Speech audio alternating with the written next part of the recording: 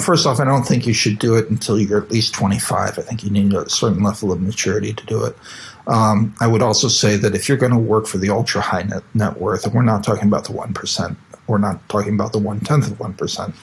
We're really talking about the 100th of 1%. I mean, we're talking about people in the hundreds of millions and billions, and that's people that can afford this kind of staffing. You need to work in Michelin-starred restaurants. You need to work for the best. You need to have some amount of time. Welcome to the Private Chef Podcast, serving the 1%. I'm your host, Hannes Henche, and on our show we speak to the best chefs, how they honed in on their skills to excel in the industry, and what it takes to work as a private chef for some of the most exclusive clients in the world. Welcome back to the Private Chef Podcast. Today we have David Shewmaker. Actually, we're just joking about that's not the German shoemaker, it's the English name. So welcome to the show, David. Thank you very much. It's good to be here. Yeah, so you're joining us live from Maryland today. And you've spent decades in the private industry. So let's dive right in. How did you get into the private sector? So it's interesting. So my experience in private service has really spanned over many, many years, but I've been in and out. My first position, I actually applied for through the newspaper. So it really predated internet advertising back in '98. And that was not a good match, but that position led me to another position, which was a fantastic match, and I really loved it. It was sort of like, they just wanted to be entertained and taken care of, and I sort of had this limitless budget to do whatever I wanted to do. It was like they were patrons of the arts in a way. So I wasn't dealing with food costs and labor costs and all of that stuff. And I was making them happy every day. And in the 2 years that I was in that position, I rarely repeated a meal. So they always wanted something new to, and they were entertaining a lot as well. That also could be very challenging, right? So that was early on. It was, and that started as a private chef job, and then I took on the house management responsibilities. So it was a very, very full day. I was going in, doing breakfast, setting them up for lunch, meeting with staff, going over, what needed to be happening. We had several housekeepers and a houseman, plus outside contractors. So I was dealing with vendors. And then I'd go away for a while, sort of have my own time, do some shopping, and come back and do dinner. And it was a 5-day-a-week job, but, something happened. I was on call. But it was really satisfying work. I was young. There was, you learn as you go. There were certainly mistakes that I made along the way, but it was a very exciting time.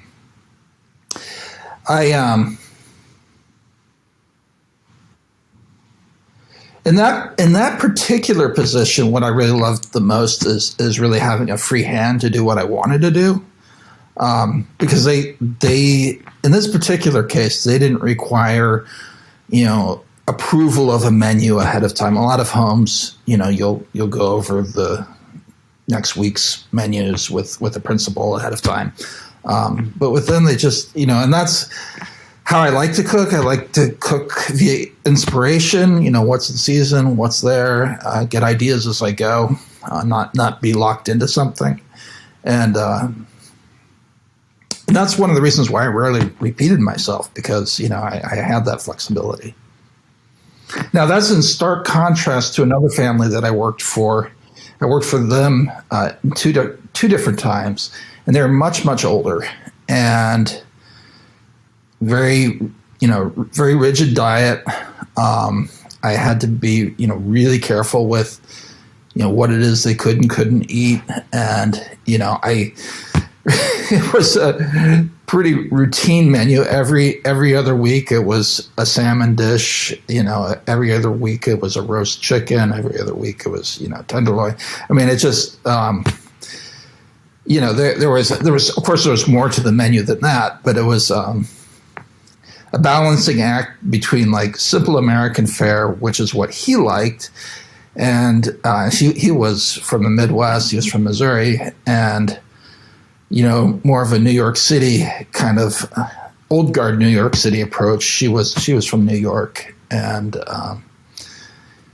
wanted stuff that was pretty dated, I would say. Les œufs en gelée, poached eggs and jellied consommé, basically. I mean, who serves that? Nobody.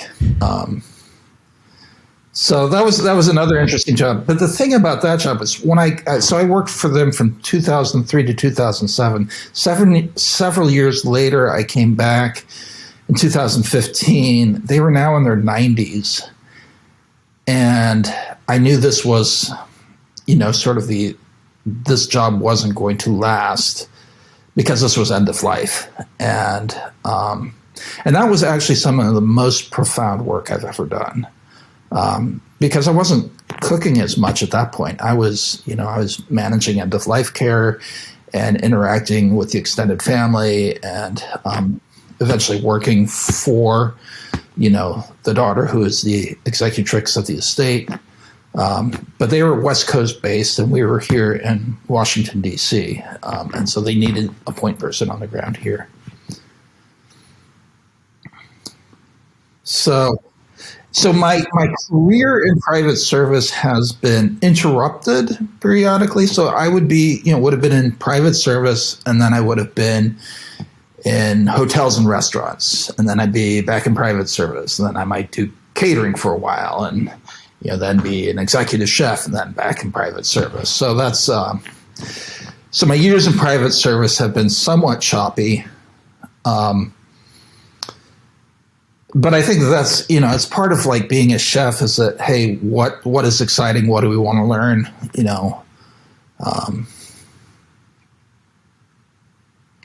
Anyway.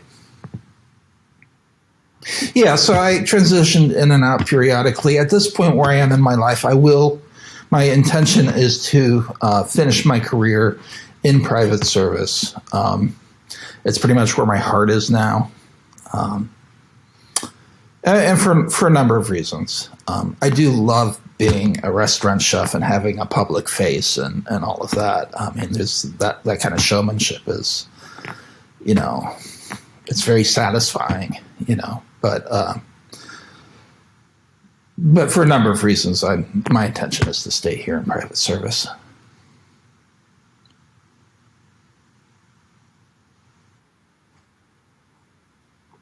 So, some of it is just about me, which is the schedule tends to be better and the money tends to be better. Some of it is about what I can do for others. I mean, it's the level of service. So a lot of chefs, I think, like to stay in the back because they don't want to have to deal with, the customer and be into service. I've always had interface with the clientele. I've always really enjoyed that.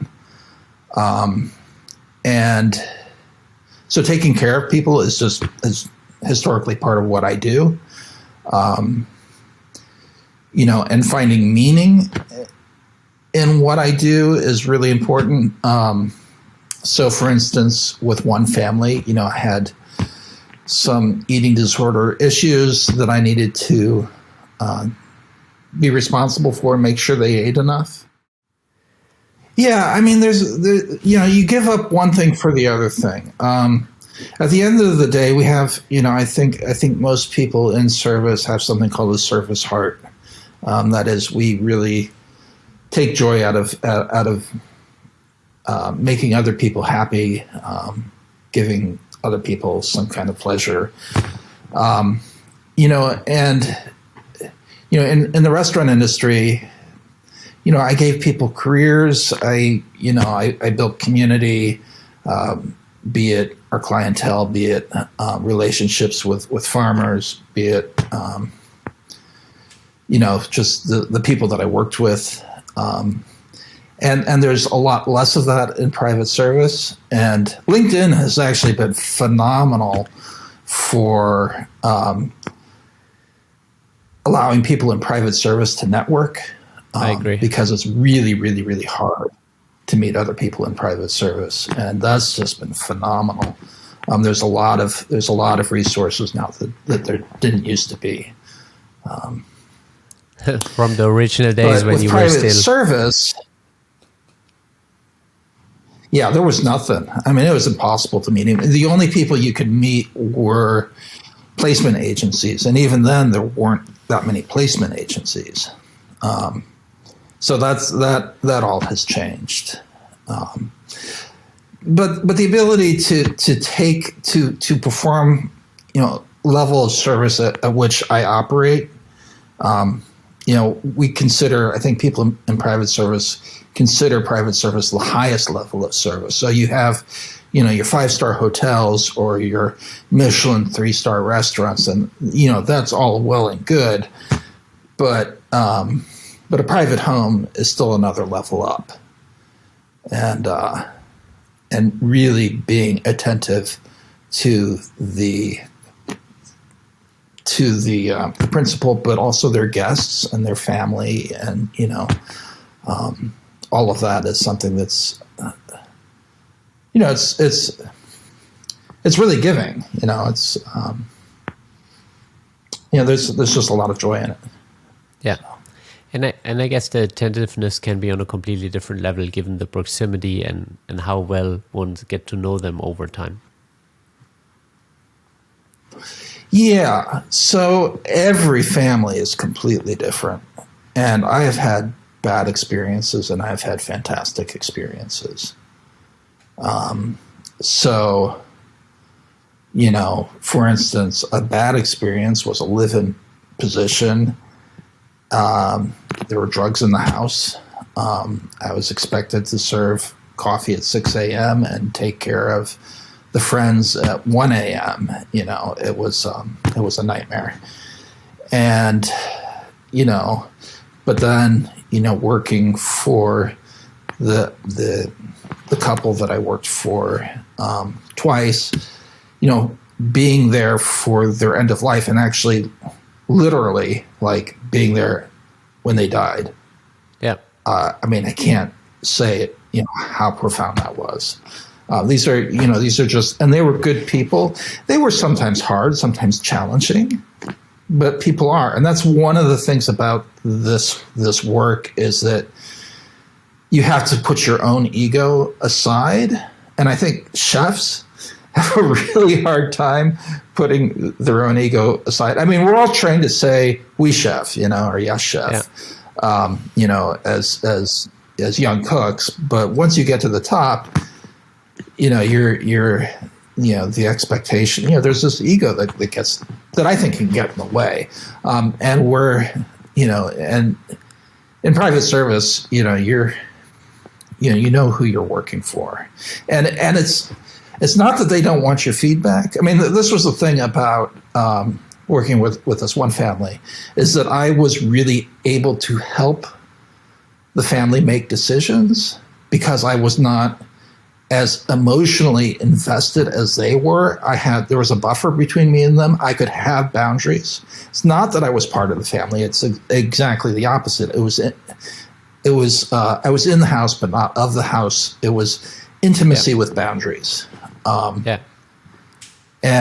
that I don't think everybody can pull that off. Private service is not for everyone. This idea that, hey, I can, go and blow everybody away with my cuisine. Well, they may not want you to put salt in it. And you're going to be cooking to what their standards are. And so I work for a family that wants this. I work that wants something new every day. I work for a vegetarian family, and and there are health concerns around what I feed them. And, so it's my job to adapt. Yeah. So what would you say are the traits of a more successful work relationship? Because you mentioned you had some bad apples or bad experiences and you had some really good ones. Where do you see like consistently the red flags of families that you probably don't want to work with? Well, yeah. So I think red flags are people that clearly that if you see somebody else with bad boundaries, that's a red flag right there. If they're somebody who establishes that they recognize that this is a professional place for you to work, it is their home, but they also understand that people have professional lives in their home. And that can be shown they can either overtly state it, which has been done to me, or it's just in how they treat you. And, if you're in the kitchen, if you're a private chef and they don't come in and bother you and they, leave the door shut or what have you, you're pretty good there. But, if they're calling you at home when you're off and, they're doing that all the time and, not respecting boundaries there, that's a red flag. And, you have to, I think if you're starting in the industry, you have to be able to give and give. But there is a point where you need to, be able to establish your own boundaries so that you can be your best self for them. Yep. We all have lives outside of what we do. We may love what we do, but we also have other things that we do. Yeah. So how did you handle that as a house manager when you were also hiring staff and you had to handle them? How did you, for example, communicate with the principal if they are maybe demanding too much of the crew? I haven't actually. Most of the people I've worked for have actually been great about what their demands. Currently, I have an issue where I'm not a house manager, and I really do like my job. I love my colleagues, but there are issues with communication from the principals, and that's a real frustration for me. In my other positions, for the most part, I would be the point person, but there wasn't a lot of conflict. I mean, either they felt comfortable enough giving direction to a housekeeper, say, or I was the point person, and it's like I needed to deal with that vendor or this vendor. I was the intermediary, and sometimes those were some very challenging situations that might cost the vendor money, and I had to take a hard line with them, and because I was the owner's representative, and as an owner's representative, you're on the side of the owner. You're not on the side of the small business person, the dry cleaner or the person who's doing the tuck pointing on the bricks outside, or whatever. Your job is to represent the owners, and but in terms of like staff, generally speaking, there's been very few conflicts with staff. Occasionally it's happened. And, so I end up being, we don't have an HR department. I am, de facto their manager, plus, plus I need to deal with whatever sort of HR kind of responsibilities as well.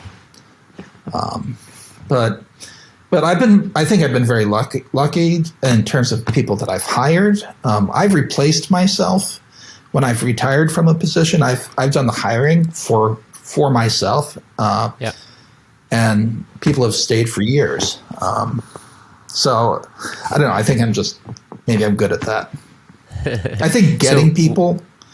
What are you looking out for? Emotional IQ. Say that again. I said, what are you looking out for when you're hiring? Say that again. What are you looking out for when you're hiring, given that you have a feeling that you're very good at it? Well, people who love what they do. I mean, housekeepers, a great housekeeper, like, do not lose them. They are professionals and they are amazing. I am less concerned about language. If somebody's from Brazil or, a Latin American country, or from the Philippines, or from Portugal.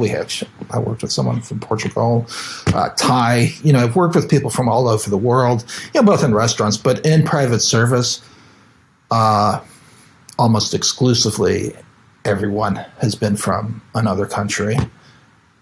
I would say exclusively. And so the command of the written language or the spoken language has been less important to me than they recognize that they are in a professional position and they care about what they do and they have attention to detail and, they have a service heart. Once again, I speak of that service heart that they're givers, Yeah. So how do you spot that in an interview, for example? How is that just your emotional IQ? Or how do you hire anybody in a restaurant? I mean, it's some of it is recommendations. Some of it, you try them out for a couple of days. You have a trial period. Trial periods should always be paid. But you say, come in. Can you come in work for a week, and we will pay you. And you see how they are. That's just like trailing in a restaurant. They should be interviewing you as much as you interviewing them. They want to know what it is that they're getting into. Yeah. So what would you say are the best practices around the trial period in terms of lengths and how it should be conducted? Well, I think a week to 2 weeks is plenty of time. I think really, in 3 days, just attitude. They don't have to know the job in 3 days, but are they showing up to work on time? Are they asking questions? Do they show that they have skills? Are they picking up what needs to be done? Like they see something out of place, and do they deal with it?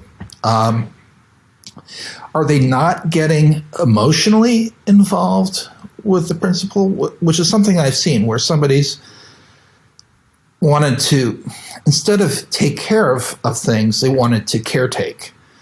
Caretaking, getting into something a little more psychological, is somebody feels, sort of a pervasive need to sort of merge and take care of somebody else in a way that's not particularly healthy. That's like bad boundaries. Yeah. You understand what I'm saying? And so I think, we can have, someone in private service can have very bad boundaries where they want to be friends with the principal. And I think there's plenty of principals who want to be friends with the people that work for them. And honestly, that's not a good idea. You want to be friendly, you want to be respectful of each other, but they're not your buddies at the end of the day.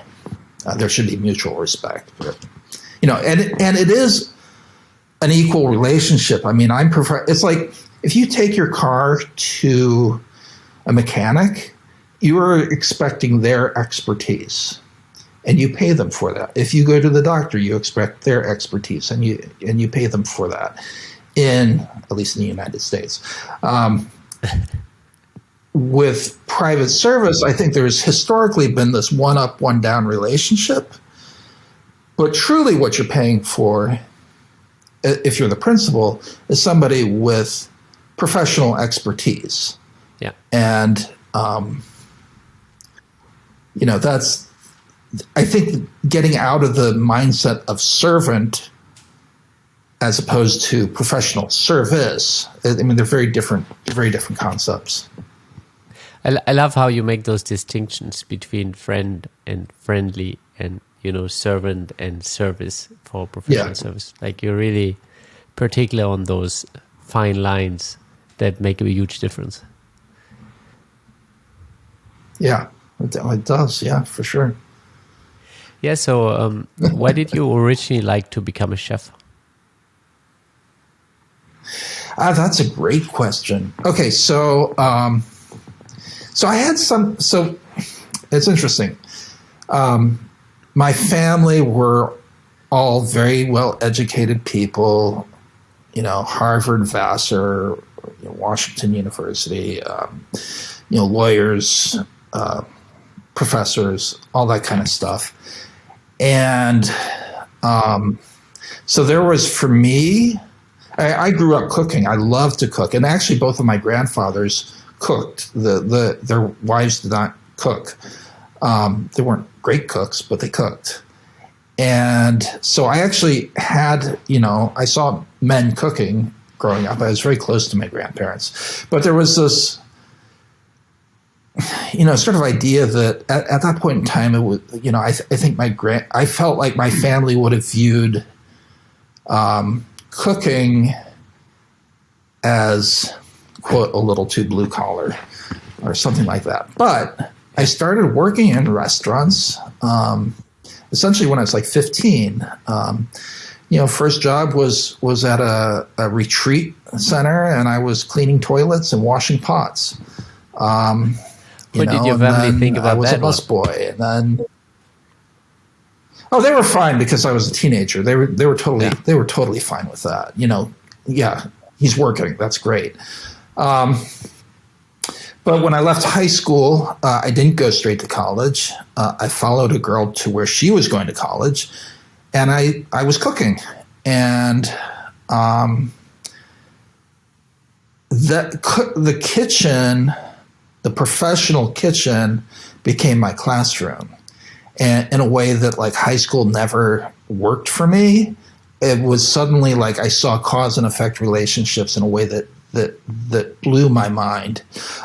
During that period, I also took a writing class at the Harvard Extension School, and Maxine Rodberg, she was a regular Harvard faculty there. I did very well in the class, and she said to me, she said, first off, this is the same grade I would have given you if you'd gone to Harvard. And that was like, oh, wow. And then secondly, she said, have you ever read MFK Fisher? And MFK Fisher is one of the first real food writers. She was regularly published in the New York Times. She's very important. The Art of Eating is a compilation of several of her books, but she wrote a lot of others, and a lot of stuff has been published posthumously. And that was the first reading that I'd done that said, hey man, being a chef is really, like, from an intellectual perspective, there's absolutely nothing wrong with it. Like, this is great.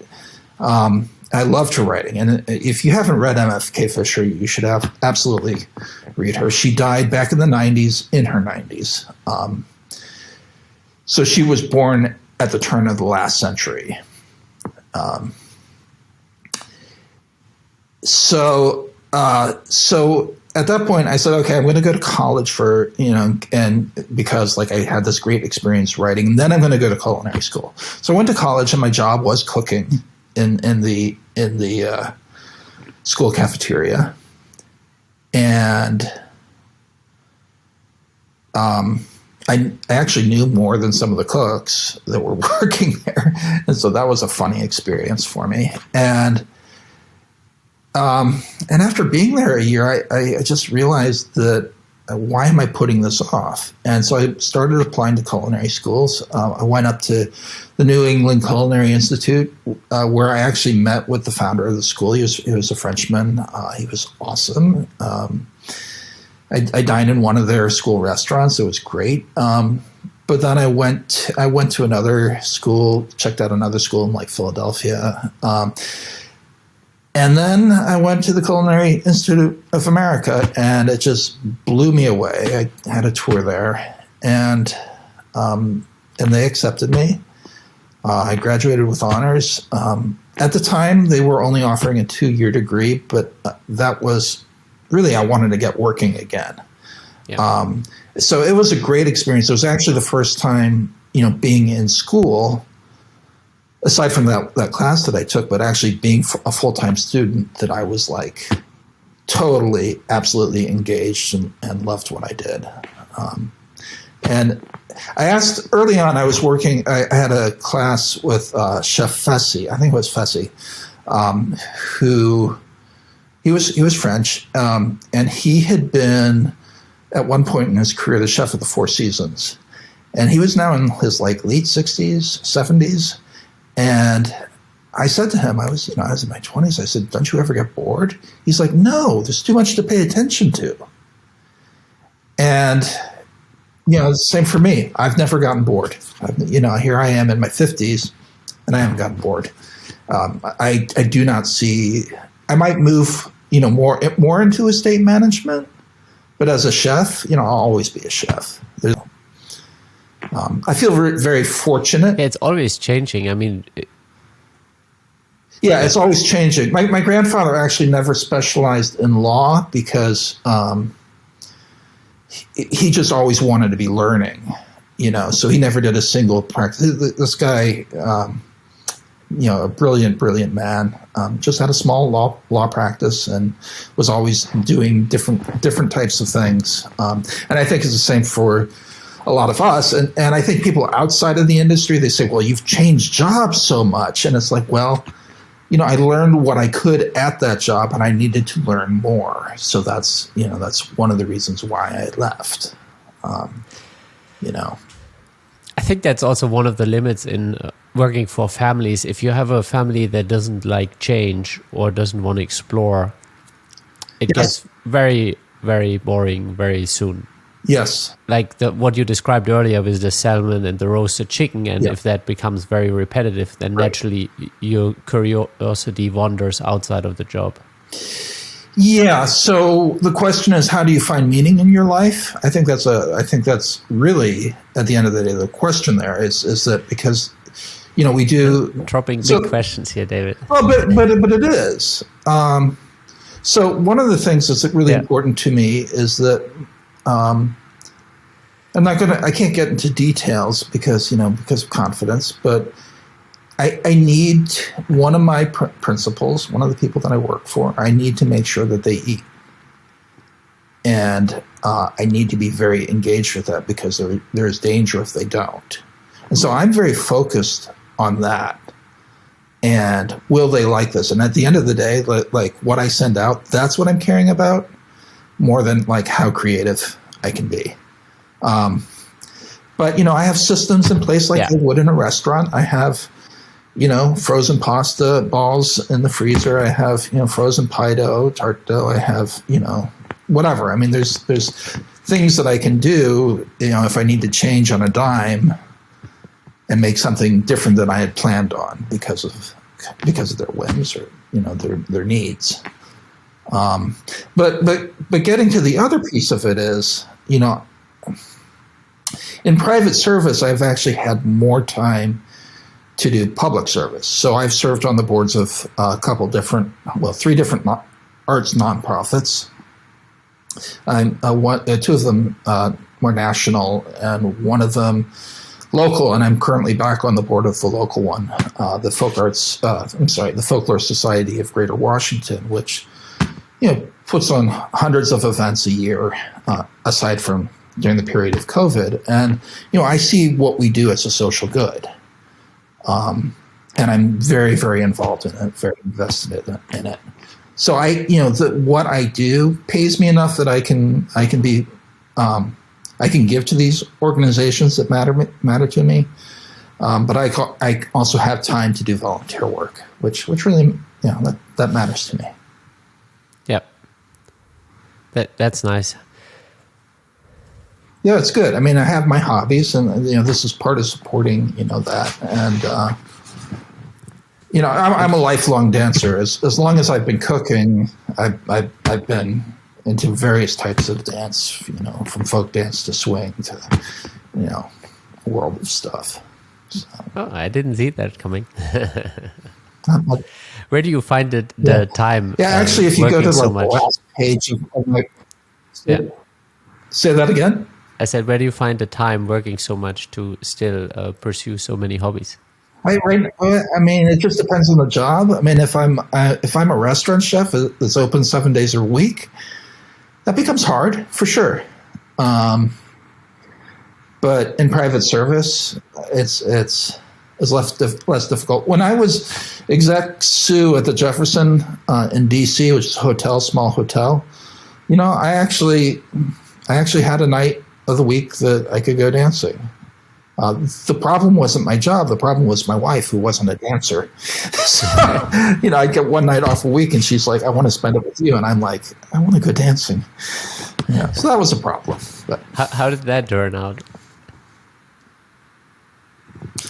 in divorce, she was great. I mean, the truth of the matter is that I did have to give stuff up, and I think where I am now in my life, I can't give up the things that sustain me, because the things that sustain me allow me to do the work that I do. Yeah. So, community, dance, giving back to the community. These are really foundational, and honestly, without the dance community, the folk dance community that I'm a part of, I wouldn't be where I am today, because a lot of people, I think, come into the restaurant world. There's a lot of people who are kind of damaged. They walk around with pretty open wounds. I've hired guys that have fled war zones, and that's sort of rough going. And you have to be able to be present, both for yourself and for other people. And if you don't have the things to do that really sustain you, you can't be there for other people. So whether it's your principals or people that work for you, and I actually really do view in terms of management style, I think I fall under the servant leader category, which is to say that if other people don't have the tools to do their job, then I'm not doing my job. It's my responsibility. If they keep screwing up, that's a little bit different. We need to make some changes. But if they honestly don't have the training or whatever, then that's that I'm falling down on the job. And that's been an important lesson in life. Honestly, as a restaurant chef, you're working for the clientele, you're working for your employer, and you're working for the people that work for you. I mean, it's your job to make sure that they know what they're doing, So how did you hone in on what sustains you? So, how did you find that out for yourself? I was very lucky. Yeah, I was very, very lucky. My parents discovered folk music when I was 3, 4. They started taking me to festivals. And then eventually they started, we experienced folk dance, different types, from international folk dance, stuff from the Eastern Europe or whatever, or from England, or other places. But then there's American folk dance as well, contra dancing, square dancing. And along the way, we ended up going to this place called Pinewoods, which is a dance camp in Massachusetts. It's been around for over 100 years. And it's an amazing place where I first went as a 6-year-old and 8-year-old. And then when I was 15 and 16, I worked there, washing dishes and pots and cleaning toilets. And then I think at the age of 14, I made this decision that I was going to dance. And in fact, as a 4-year-old, I remember seeing, Sean knows, which is hard shoe Irish step dancing. It's the percussive Irish, and being blown away as a kid, and just like, that's me. I need to do that. And so it's just always been there. And so I started Morris dancing when I was like 14. We started a team, and I was contra dancing, contra dancing is a type of folk dance from New England that is now very contemporary. Yeah, I've done that once. I went to contra dance night once. Oh, really? Where? A friend of mine took me North Carolina. Oh, North Carolina, in Asheville? No, it was North Carolina. Yeah, where in North Carolina? Yeah. Chapel Hill or Asheville, or where were they? Asheville. That's a great dance community. Yeah. That's a fantastic dance community. So there are these little pockets of communities all over the country where people, and internationally actually as well, where people do this stuff. But yeah, so that's my world. And but I do a lot. I do Cajun and Zydeco, and swing dancing and blues, slow blues. Tango is on the list, but it's like that's kind of the opposite of everything else I do. But I do other types of Latin dance and Balkan dance, and anyway, I can go on and on and on. And I find it's just that it's been a part of my life for years. Finding the time, I don't have to do it every day of the week. Yeah. It's just part of what I do in my life, and there may be breaks.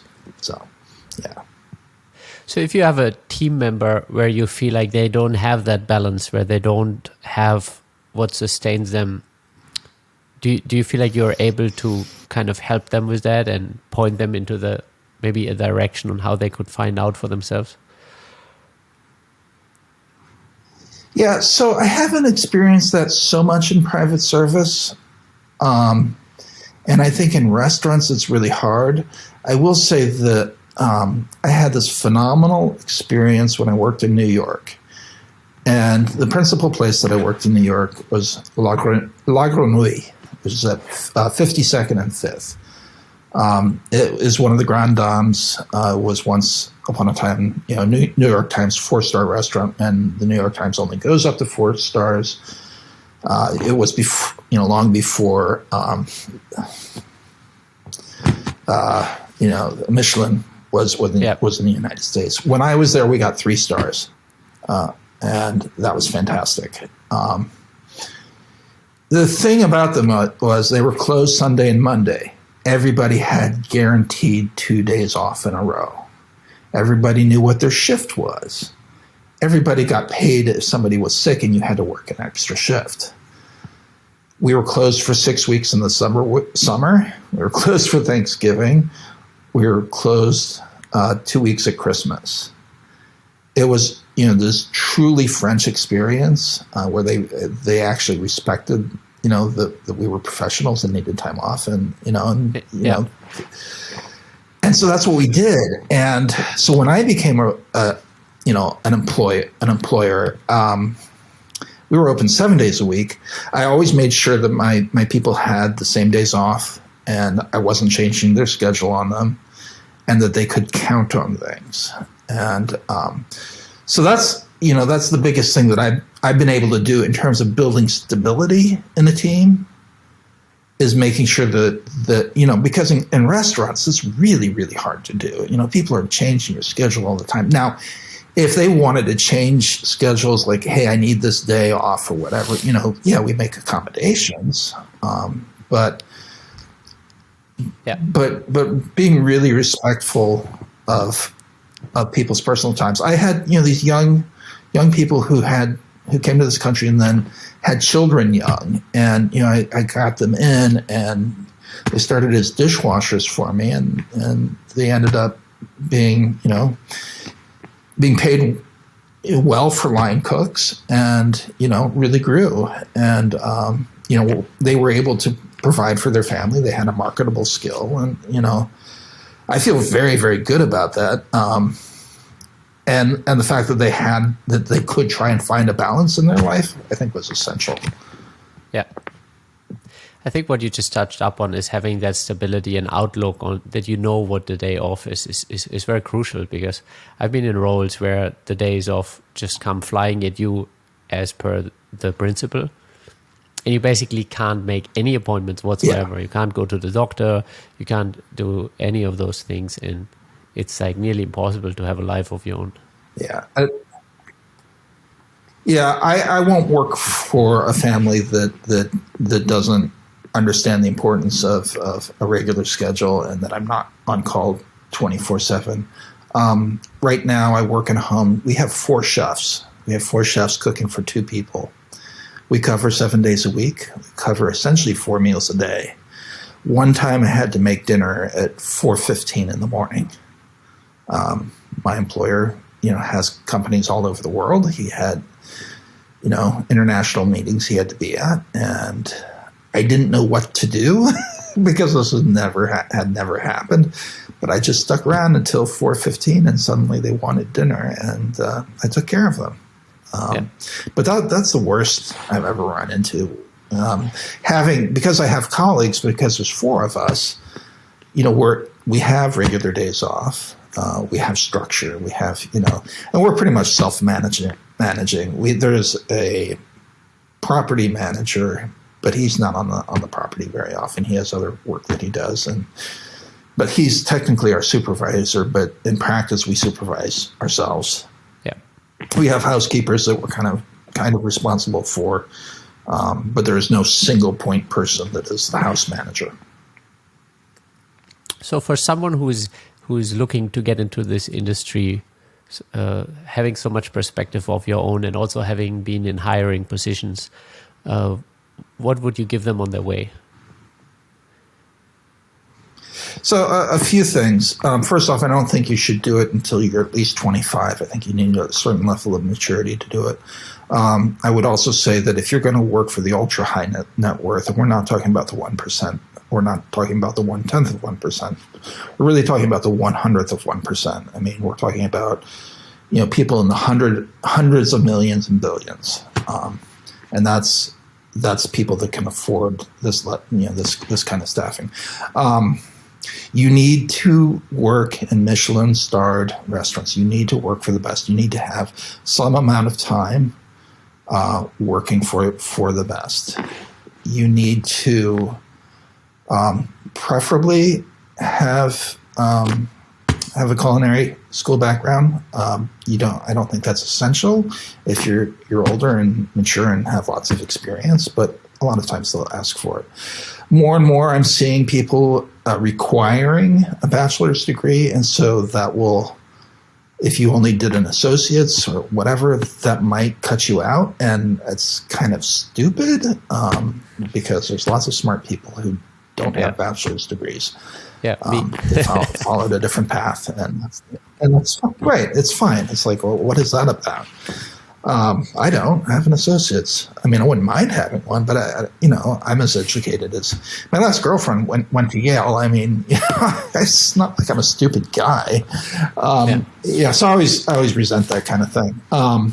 Okay, so sometimes you're going to see that a bachelor's degree is required, but at least but have really good solid training. People really do want to see Michelin experience. And they also want to see longevity. So I would say, make sure that you are at least, 2 years at a job.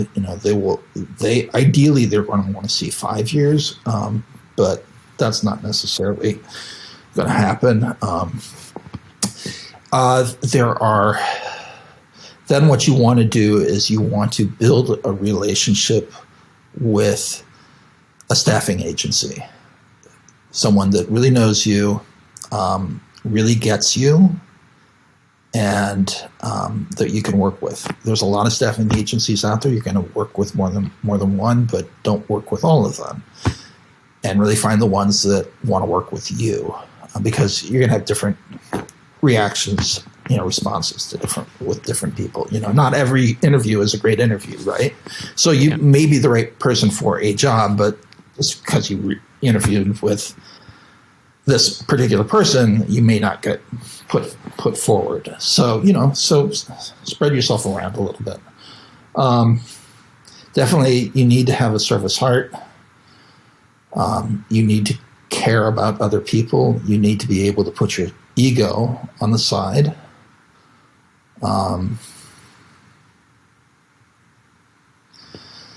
I don't know. What do you think? Am I missing anything? No, I think you're really hitting it. Especially, I think having a real relationship with a particular agent is extremely helpful, because if they know who you are, they know exactly where they can place you well and what is a good match. And I always felt the difference between somebody who actually cares for me as a human being than just me being the golden goose for that particular position. Yeah, exactly. And one of the things that I've discovered is that now that I have relationships with housekeepers, I can ask them, hey, do you know other housekeepers? And if I have a relationship with an agency, they'll be calling me, it's like, hey, do you know any housekeepers? I can send people their way. Yeah. And so being able to give back, you have this mutual exchange. They haven't just made money on you one time. They're making money on you because you referred a client to them, and that's happened as well. I've referred people. So the principal one that I work with in DC, I've given them a lot, and I feel good about that. It means I'm on their radar. Now, they're not going to poach me from the job that I'm at, but if I say, hey, I think it's time, I really want to be in estate management again, what are we going to do here? That becomes a different thing. Yeah, it's building those relationships on all because levels. they have a responsibility. Yeah. It is, but they have a professional relationship with the person that paid them, which is my employer. So Well, David, this has been very insightful. Thank you so much for your time. Where can people connect with you best? I mean, you mentioned LinkedIn earlier. Yeah, maybe. Yeah, so I think from a professional perspective, look for me on LinkedIn. It's David Shewmaker. There's a few of us on the website, but I'm the guy that's the private chef house manager. So that's the best place. Facebook I really keep just for my friends, and I don't do a lot on Instagram. Sometimes I do food and stuff, but yeah, find me on LinkedIn. It's been really fantastic for me, and there's a lot of places, a lot of people to network with. Yeah, likewise. I think LinkedIn is one of the best resources for us. It's been tremendous for me too. Yeah. Well, you found me on LinkedIn. Yes, exactly. That's how we connected. Yeah, exactly. Yeah. Great. Well, thank you. This has been a real pleasure. It's great to think about this stuff. Thank you for joining us at the Private Chef Podcast. If you know any highly skilled chefs that want to take their life to the next level, make sure to share this podcast with them. And if you enjoyed this episode, click subscribe and check out our upcoming episodes. Thank you for listening.